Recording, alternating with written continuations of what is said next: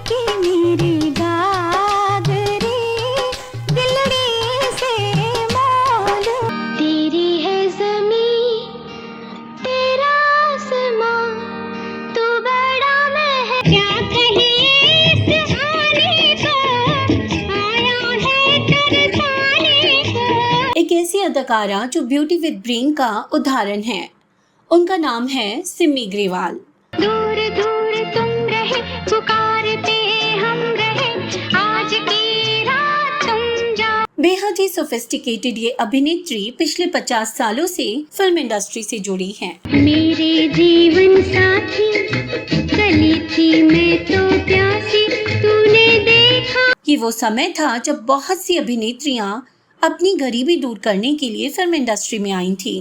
वहीं सिमी ग्रेवाल काम की तलाश के समय भी मुंबई के होटल ताज में रुकी थी। ये अक्सर अपने show rendezvous with Simi Grewal में बड़ी बड़ी हस्तियों से इस तरह से सवाल पूछ लेती हैं कि कोई दूसरा वो सवाल पूछने की हिम्मत भी ना कर सके। और ऐसे ही एक सवाल के बदौलत रानी मुखर्जी इनसे काफी भला बुरा बोलकर चली गई थी, जबकि रानी मुखर्जी रिश्ते में इनकी बहू भी लगती हैं। साथ ही सिमी ग्रेवाल को बॉलीवुड के एक बड़े ग्रुप के नेता करण जौहर की पॉलिटिक्स और नेगेटिविटी का भी सामना करना पड़ा, क्योंकि रानी मुखर्जी उनकी खास हैं। आपकी जानकारी के लिए बता दें कि सिमी ग्रेवाल यश चोपड़ा की पत्नी पामेला चोपड़ा की कजन हैं। सिमी के जीवन में जो भी लोग आए वो अक्सर बहुत बड़ी पर्सनैलिटीज हुआ करते थे, लेकिन उनका कोई भी रिश्ता पूरा नहीं हो पाया और उनके जीवन में एकमात्र अफसोस ये है कि वो एक माँ नहीं बन सकी। अंबर प्यासा धरती प्यासी प्यासी।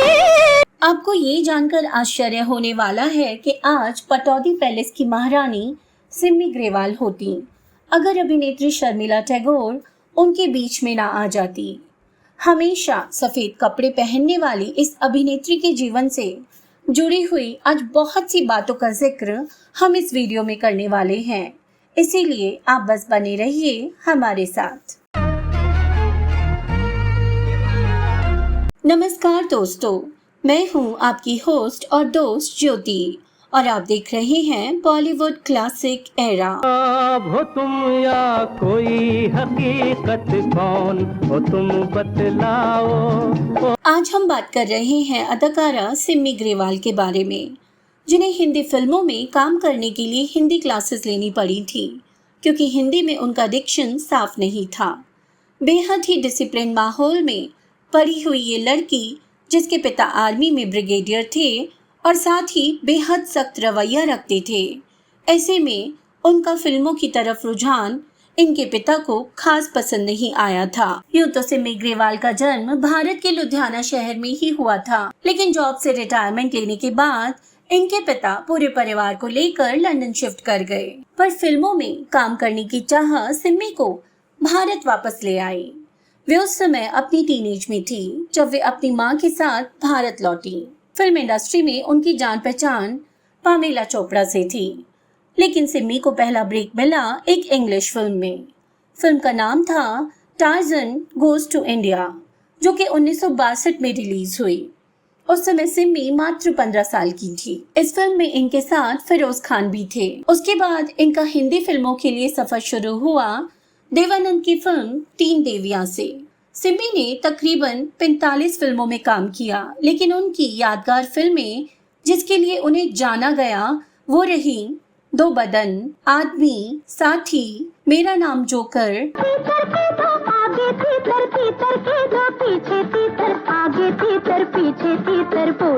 अंदाज, चलते चलते, बीच राह में दिलबर बिछड़ जाए कहीं हम मगर, सिद्धार्थ, नमक हराम।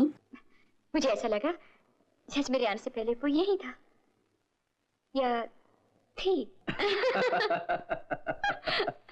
निशा, तुम बहुत अक्लमंद हो और अक्लमंद लड़की के साथ दोस्ती करना बहुत मुश्किल होता है। हाथ की सफाई,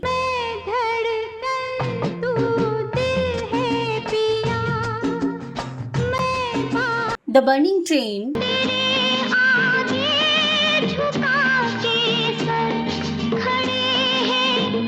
और कर्ज।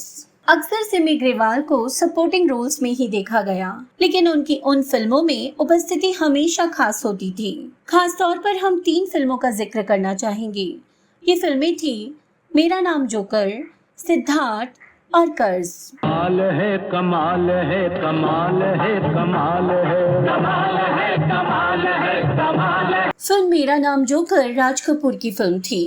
राज कपूर फेमस रहे हैं अपनी फिल्म में काम करने वाली अदाकाराओं को बेहद ही कम कपड़ों में दिखाने के लिए। इस फिल्म में सिमी ग्रेवाल का एक सीन उस समय के हिसाब से काफी बोल्ड था।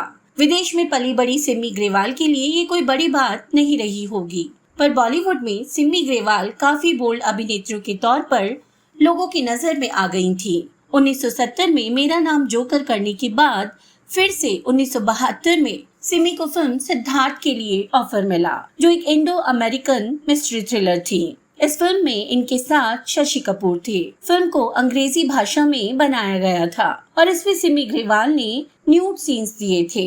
फिल्म पूरी तरह से अमेरिका में रिलीज हुई और जब बात भारत में रिलीज करने की आई तो वो सभी सीन्स को काट छाट कर फिल्म को भारत में रिलीज किया गया था। गौरतलब है ये उस समय की बात है, वरना आज तो भारत में हर दूसरी अभिनेत्री न्यूड सीन्स देने के लिए तैयार रहती हैं। फिल्म में सीन की डिमांड के ऊपर तो बात छोड़ ही दीजिए, आजकल तो ये अभिनेत्रियां पार्टीज और इवेंट में भी बिना कपड़ों के घूमते हुए नजर आती हैं। इनकी तीसरी बेहद चर्चित फिल्म रही कर्ज, जिसमें सिमी ने एक नेगेटिव किरदार निभाया था। फिल्म सुपरहिट थी और सिमी ग्रेवाल का निभाया हुआ वो किरदार कभी भी दर्शकों के मन से नहीं मिट सकता। अपने पति को मारने वाली औरत का किरदार निभाकर उन्होंने दर्शकों की पूरी नफरत बटोरी थी और वही सिमी ग्रेवाल की लाजवाब एक्टिंग का सबूत था। 1997 में सिमी अपना show rendezvous with Simi Grewal लेकर आईं, जिसमें वे अक्सर बड़ी बड़ी हस्तियों से बात करते हुए नजर आती हैं। इस शो से सिमी को जो पहचान मिली है उसके लिए वे हमेशा भावुक रहती हैं। अक्सर इस शो में सिमी को सभी मेहमानों से बेहद निजी सवालों को पूछते हुए देखा जा सकता है और ऐसे ही एक निजी सवाल पर रानी मुखर्जी सिमी ग्रेवाल पर भड़क गई थी। जब सिमी ने रानी मुखर्जी से उनके और आदित्य चोपड़ा के अफेयर के बारे में पूछ लिया था, जिसे रानी और आदित्य लोगों से छिपाना चाहते थे, क्योंकि आदित्य चोपड़ा की पहली शादी इस अफेयर की वजह से टूट गई थी। अगर सिमी के जीवन की दूसरी दिलचस्प बात का जिक्र करें तो वो है अपने शो में नवाब पटौदी और शर्मिला टैगोर से बातचीत करना, क्योंकि शर्मिला से ठीक पहले सिमी ग्रेवाल और नवाब पटौदी प्यार में थे। लेकिन एक बार नवाब पटौदी की मुलाकात शर्मिला टैगोर से हुई और उन्हें वे इतनी खूबसूरत लगी कि उन्होंने सिमी से रिश्ता खत्म कर लिया और शर्मिला से जोड़ लिया और साथ ही शर्मिला और नवाब पटौदी की शादी भी हो गई। सिमी ग्रेवाल को उस समय कितना दुख हुआ होगा इसका अंदाजा हम लगा सकते हैं, लेकिन सिमी ने शांति से आगे की तरफ रुख किया और पीछे मुड़कर नहीं देखा। हालांकि जब सिमी ग्रेवाल और नवाब पटौदी डेट कर रहे थे तब हर तरफ उनके प्यार के चर्चे थे। लोग उन्हें एक कपल के तौर पर जानते थे। सिमी अक्सर स्टेडियम में उनका मैच देखने जाती। उस समय वे भारतीय क्रिकेट टीम के कप्तान थे। फिल्म इंडस्ट्री और क्रिकेट वर्ल्ड दोनों ही तरफ ये उम्मीद थी कि जल्दी ही ये लोग शादी कर लेंगे, लेकिन बीच में शर्मिला आ गई और नवाब पटौदी का रुख बदल गया। नवाब पटौदी ने 1968 में शर्मिला टैगोर से शादी की। उसके 2 साल बाद 1970 में सिमी ने भी दिल्ली के एक बिजनेसमैन रवि मोहन से शादी कर ली, लेकिन साल भर के अंदर ही दोनों अलग अलग रहने लगे, क्योंकि सिमी के पति चाहते थे कि वो पूरी तरह से दिल्ली में आकर रहें, जबकि सिमी अपना काम नहीं छोड़ना चाहती थी। अलग तो ये लोग साल भर में ही हो गए, पर दोनों का डिवोर्स लगभग 9 सालों के बाद हुआ। सिमी ग्रेवाल के एक और अफेयर के बारे में बात करें तो वो रहा आदरणीय रतन टाटा के साथ। इनके इस अफेयर के बारे में बहुत ज्यादा बातें आज तक किसी को भी नहीं पता हैं। जो भी सुना है वो सिमी ग्रेवाल ने ही अपने एक टाइम्स के इंटरव्यू के दौरान लोगों को बताया था कि उन्होंने रतन टाटा के साथ एक लंबे समय तक डेट की थी। रतन टाटा के बारे में जिक्र करते हुए वे कहती हैं कि किन्हीं परिस्थितियों की वजह से हमारी शादी तो नहीं हो पाई, लेकिन ये वो इंसान हैं जिनकी मैं सबसे ज़्यादा रिस्पेक्ट करती हूँ।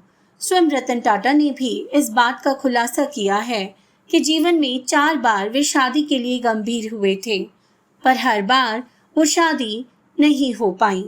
दोनों की शादी ना होने की क्या वजह रही होगी, ये शायद ही कोई जानता होगा। साथ ही ये रिश्ता कब से कब तक रहा, ये भी कोई नहीं कह सकता।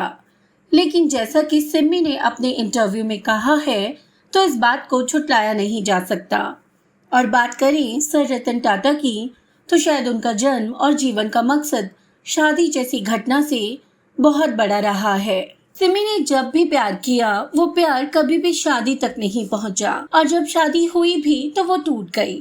सिमी ग्रेवाल ने एक बच्चे को भी अडॉप्ट करने की कोशिश की थी, क्योंकि वे माँ बनना चाहती थी, पर वो भी किन्हीं कानूनी कारणों की वजह से संभव नहीं हो सका। लेकिन ये कहना गलत ना होगा कि सिमी ग्रेवाल ने जीवन के हर उतार चढ़ाव के बावजूद शांत रहकर आगे कदम बढ़ाया है। नामी होगी गाँव में, चुनरी कहीं जो तूने। तो दोस्तों, आज की ये हमारी कहानी आपको कैसी लगी? अगर आप हमें कोई सुझाव देना चाहते हैं तो कमेंट बॉक्स के ज़रिए आप अपनी बात कह सकते हैं। अगर आपको हमारा वीडियो पसंद आया है तो हमें लाइक और सब्सक्राइब भी कर सकते हैं। आप सुन रहे थे अपनी होस्ट और दोस्त ज्योति को। आज के लिए अब आपसे इजाज़त लेना चाहूँगी और फिर मिलेंगे एक दूसरे सितारे के जीवन की कहानी के साथ। तब तक के लिए आप सभी को मेरा प्यार भरा नमस्कार।